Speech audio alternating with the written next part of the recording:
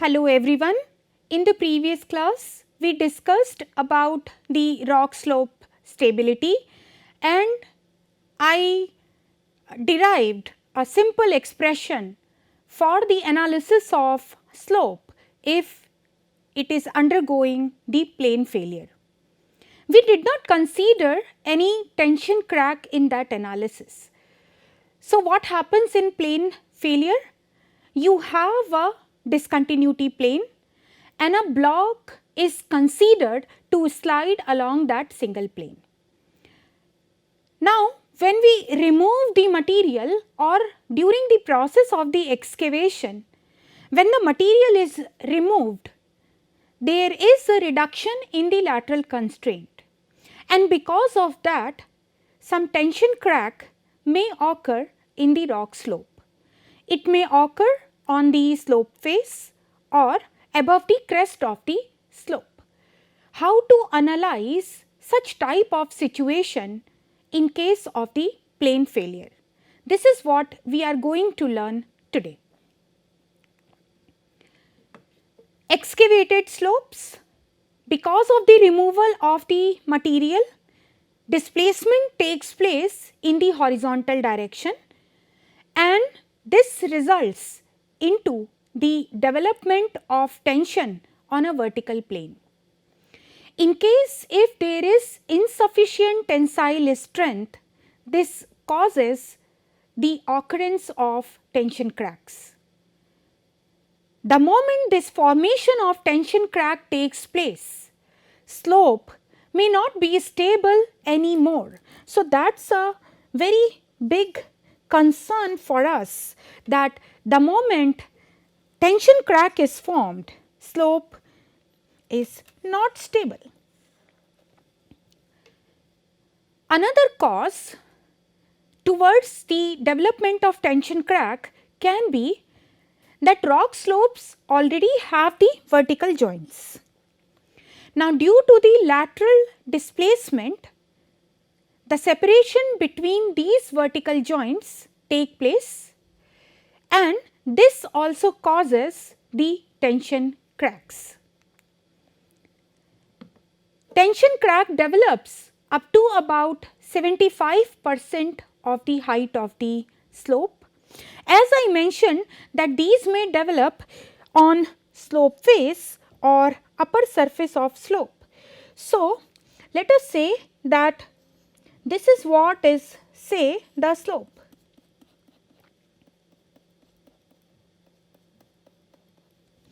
And say this is the plane of discontinuity along which the sliding of this block may occur.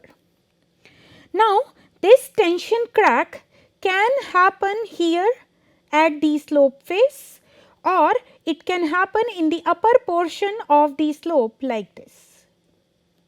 So, depending upon where this tension crack is occurring, we need to carry out the analysis. What happens near the toe of the slope? That means this point, this is what is called as toe. So, what happens at this point? Here sufficient lateral strain, here the sufficient lateral restraint is available and therefore, the conditions which are required to cause the tension cracks, they do not develop and therefore, no tension crack occurs in this zone. So, the tension crack can occur either on the slope face or on the upper surface of the slope. The concern is we need to find out the minimum value of the factor of safety, because if we know that minimum value of factor of safety and if that minimum value is coming out to be more than 1, then we can say that the slope is stable. Now, for a critical depth of the tension crack, this factor of safety will be minimum. So, our aim in this analysis is going to be to find out the expression for this minimum value of the factor of safety. Now take a look at this figure and try to understand the geometry. This is the slope, that is EFJ. This portion is the slope, this portion. This is the discontinuity plane along which the sliding will take place, and the orientation of these two planes have been given by angle psi p for the discontinuity plane and angle psi f for the slope face. Height of the slope, that is from this level to this level, is given by h. You can see here the point G and K, and there is the occurrence of the tension crack. So, in this case I am considering that the tension crack is taking place in the upper surface of the slope, that is here, not on the slope face. So, this is the tension crack, and say the depth of the tension crack is Z. The width of this zone, that is Fj, is given by the dimension b. However, the distance of the tension crack from this crest of the slope is given by small letter b. The weight of this block, which is sliding along this discontinuity plane, is represented by W, whose component in the perpendicular and the parallel direction can be written as n equal to W cos psi p and t equal to W sin psi p respectively. Now, let us try to see how should we go about the analysis. So, from the previous class we take the expression for the factor of safety. So, we saw that this factor of safety, which we represented by F, can be written as C into A plus W cos of psi p tan of phi divided by W sin of psi p. This is nothing but the simple expression that we had in the earlier class, that is F was equal to Fr upon Fi. So, Fr was the resisting force and Fi was the force which was inducing the sliding.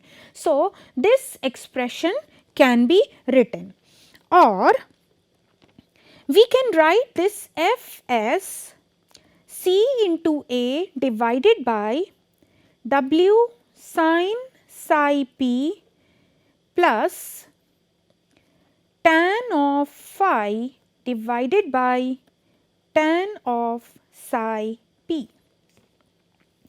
Now, if this F has to be minimum, why it has to be minimum? Because in that case only we are going to get the critical depth of the tension crack. So, in that case this quantity del F del Z should be equal to 0, where this Z is what? It is the depth of the tension crack. And you can see what is Z here in this figure as well. Now, this Z can be related to the height of the slope.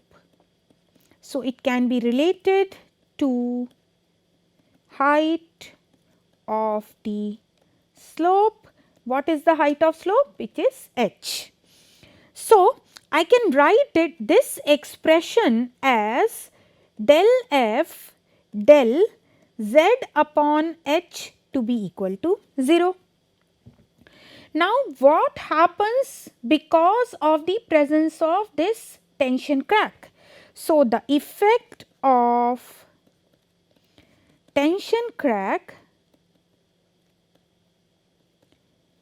will be the reduction in the contact area. Recall our discussion of the previous class. When this is not there, our contact area was from here to here. But since this tension crack occurs here, so now the contact area will get reduced to only this, that is Ek. So, because of the reduction in this contact area, which we are representing here as A, what will happen to the term Ca?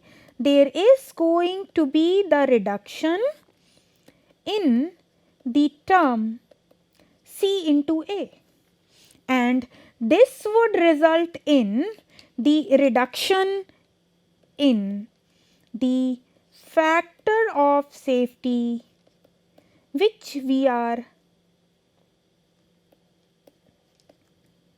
denoting by F. You see here, if this factor reduces, it will have direct effect in reducing this F. So, it is important for us to take care of this reduced area and use this in the analysis when the tension crack is present. Now, before we go ahead, we would need to find out the weight W.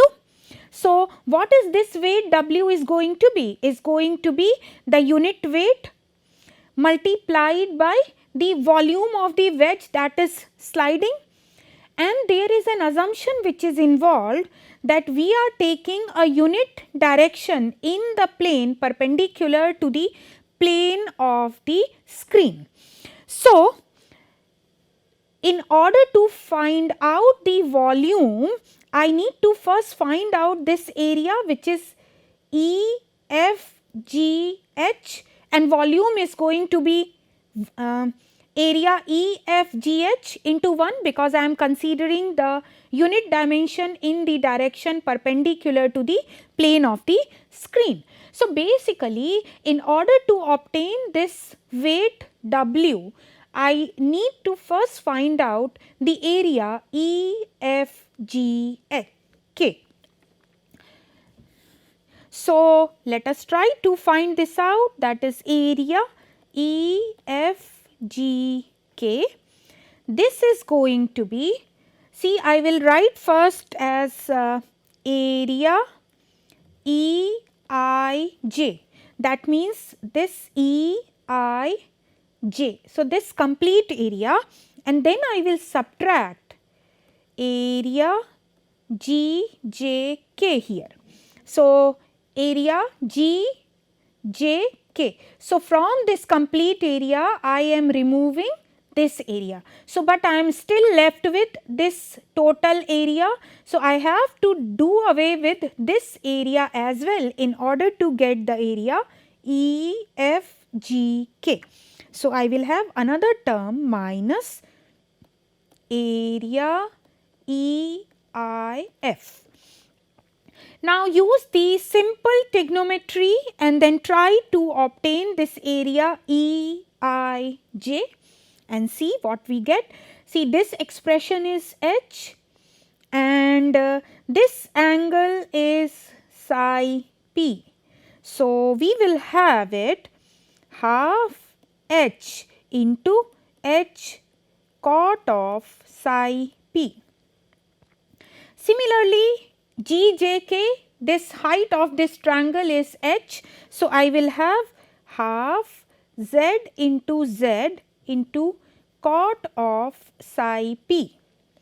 Then minus area EIF. So, this is EIF, and here for this triangle, the angle psi F will come into picture. So, we will get half H into H cot of psi F. So, what we are going to get is half cot of psi P, and in bracket we will have H square minus Z square and minus half H square cot of psi F. Now, weight W will be the unit weight of the rock mass which is there in this sliding block into 1, because it is the unit in the direction perpendicular to the plane of screen, and this should be multiplied by area EFGK.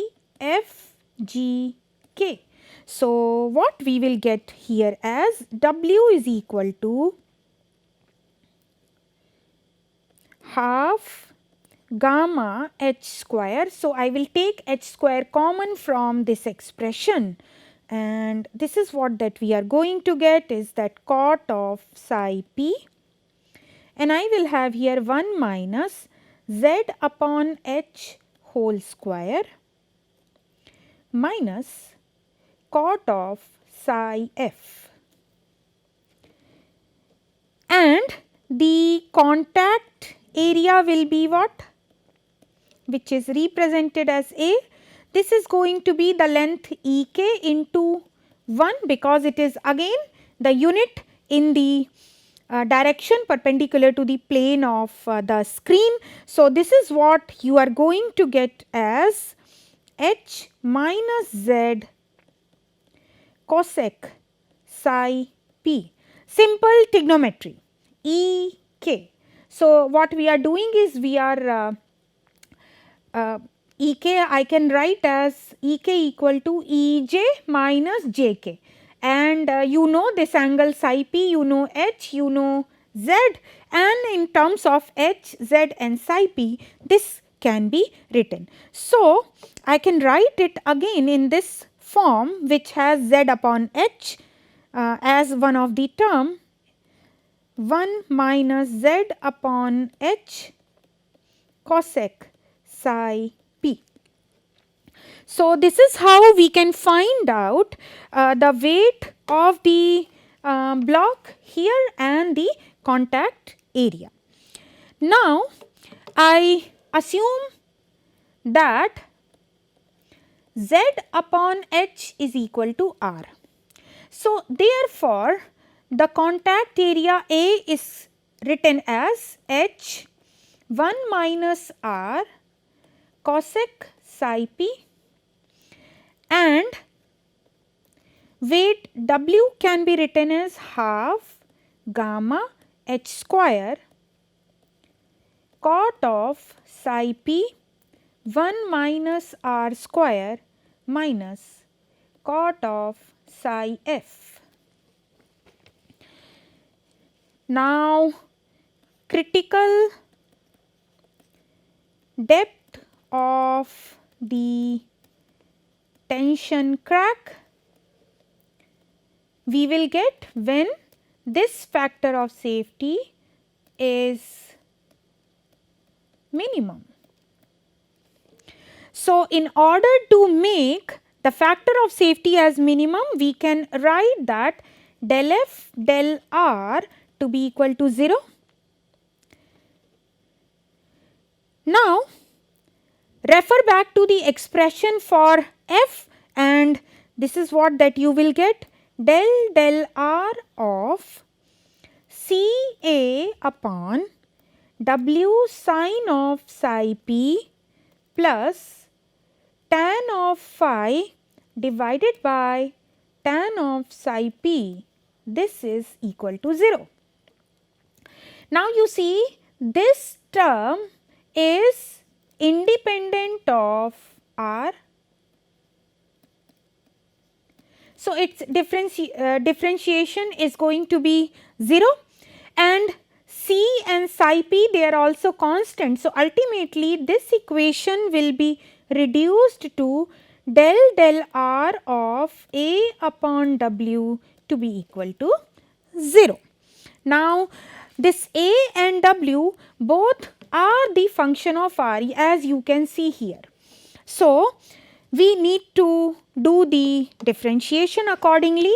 So, this is how that we need to do is, so what we have is del r of A upon W to be equal to 0, and what we can get from here is that is del r of A by W can be written as 1 upon W del A del R plus A del R of 1 upon W to be equal to 0. So, what we will get from here is 1 upon W del A del R minus A upon W square del W del R equal to 0. So, this is going to give me W del A del R is equal to A del W del R. Now, we have the expression of A and W with respect to R. So, we differentiate it and then we get as half gamma h square cot of psi p 1 minus r square minus cot of psi f. This is the expression for W and del A del R. So, this is what that we are going to get is h cosec psi p into minus 1, and this would be equal to, I write the expression for A which is h 1 minus r cosec psi p and del W del R. So, this is going to be half gamma h square and we will get cot of psi p as it is, and 1 minus r square and its differentiation is going to be minus 2r. This is what is the expression that we will get. So, you see here half gamma h square and half gamma h square will cancel from both the side. This h and h will go, cosec psi p, this will also go. So, we will be left with the expression like 1 minus r square cot of psi p minus cot of psi f. This will be equal to 2r cot of psi p into 1 minus r. Now, I will just further simplify this expression and we can get this as r square cot of psi p minus 2r cot of psi p plus cot psi p minus cot psi f, and this is going to be equal to 0. Now, you see this is a quadratic equation in R. See, it is like this, like a r square plus b r plus c equal to 0. Of this form this equation is. So, how can we get the roots of this equation? You know, simply r equal to minus b plus minus square root of b square minus 4ac divided by 2a. So, we apply that and this is how that we are going to get the expression for r as 2 cot of psi p plus minus square root of cot square psi p minus 4 cot psi p into cot psi p minus cot psi f. This whole thing will be in the square root sign, this whole divided by 2 cot of psi p. This is what that we are going to get. Now, if we try to simplify this, what we will get is this expression 2 cot psi p plus minus this 2 square root of cot of psi p and cot of psi f divided by 2 cot psi p, or this can be written as 1 plus minus square root of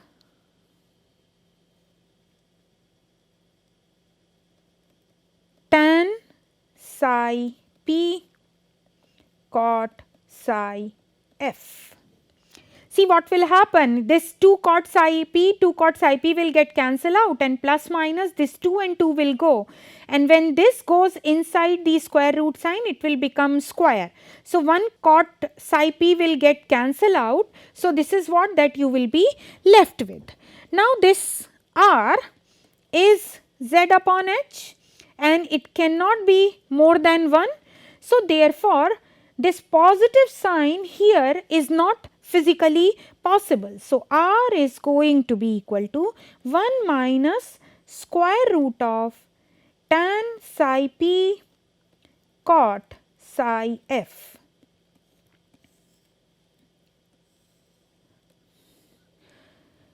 Now since this value is going to give me minimum factor of safety, so z would be equal to z critical.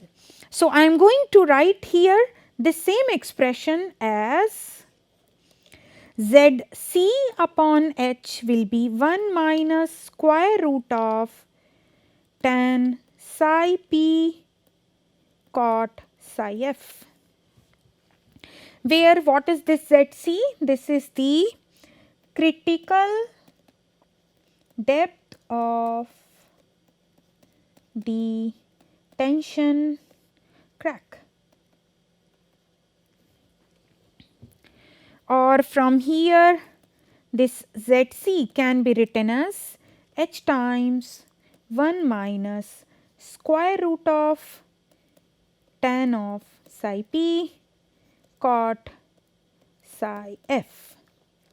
So take a note of it that this is a function of geometry of the slope and it is independent of the material properties.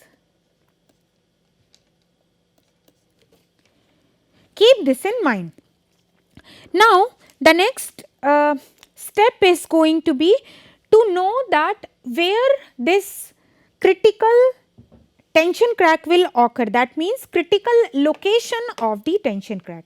So you see here the tension crack is occurring at a distance of b from this point f. So if we want to find out the critical location of the tension crack, that is our b will become equal to bc for z equal to zc. So now can we define this b? So b is going to be equal to ij minus this distance if minus gj. You see this b is going to be this distance minus this distance and minus if this distance. So let us write that h cot psi p minus h cot psi f minus z cot psi p. So we will get here as h minus z cot psi p minus h cot psi f. So BC is going to be h minus zc cot psi p minus h cot psi f. Now we know what is the expression for zc, just substitute it there. So what you will get as h square root of tan psi p cot psi f into cot psi p minus h cot psi f. or we can write this BC as H square root of cot psi p cot psi f minus cot psi f. See, if this cot goes inside this bracket, so it will get cancelled out with this tan psi p and you will left with only one cot term here. So, this is how you can find out the critical location of the tension crack. Now, this was all about when we have the tension crack here in this portion, that is upper portion of the slope.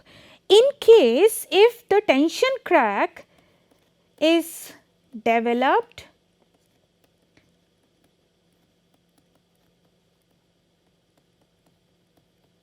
in the slope face, that means let us say if this is what is the situation, this is your slope face and say some discontinuity is there, and instead of having it here, now the tension crack is appearing, let us say here like this, that is on the slope face. Then what will happen?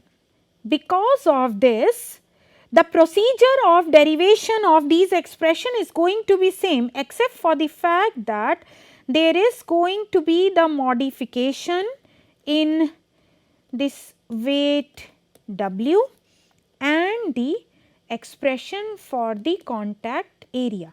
The procedure is going to be same. Now, this weight is going to be, you can derive this, I am just giving you the expression, half gamma h square 1 minus z upon h whole square cot of psi p into cot of psi p tan of psi f minus 1. So, this is how the weight W can be derived, and accordingly you can find out that what is the contact area A, and then use those expression as we did in the earlier case and obtain the critical depth of the tension crack and its location as well. Now, let us say that the tension crack which is there in the slope, now let us say the tension crack that is there in the upper portion of the slope like this as shown in this figure, and there is a presence of the water in the tension crack. Then how are we going to consider this in the analysis? So, we have it here as the consideration of the ground water table. So, in this case you are going to have the pressure because of the presence of the water and the groundwater table in the form of this U and V. So, what we have is the capital U, which is the uplift force due to water pressure on the sliding surface. And then another one we have is V, which is the force due to water pressure in the tension crack.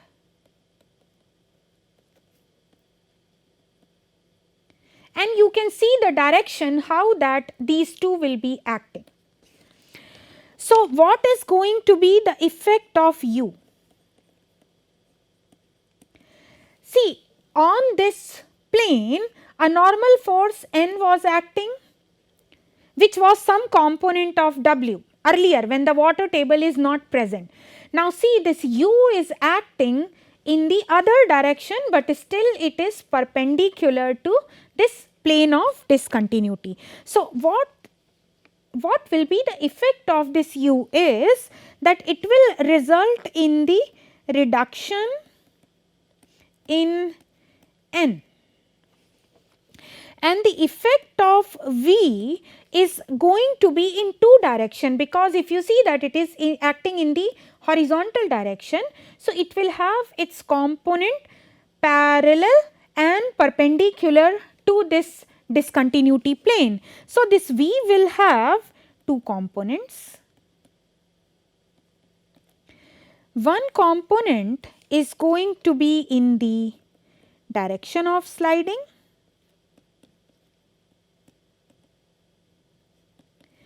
and another one will be normal to sliding. Now, we need to keep in mind that all these forces are concurrent.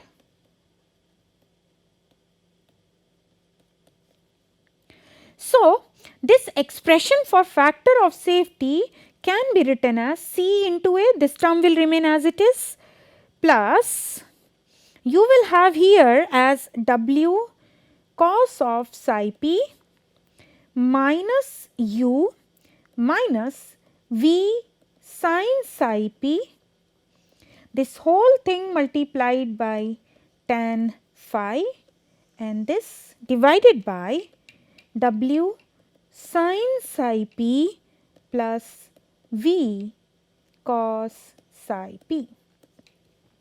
Now, you can substitute the expression for W, A, etc., and you know how to determine these, and therefore, you should be in a position to obtain the factor of safety under the condition when there is a presence of the groundwater table or the water is present in the tension crack. So, this is what that I wanted to discuss with you as far as the plane failure mode of the slope failure is concerned. So, we discussed about few cases of the analysis. The first case we started with the most simple one without any tension crack, simple case where there is one discontinuity plane and the rock block is sliding along that plane. The second case we took with the help of the tension crack, which can be there either on the upper portion of the slope or at the slope face. Then we saw that how due to the presence of groundwater table the factor of safety will be altered and how it can be analyzed. So, this was all about the analysis as far as plane failure is concerned.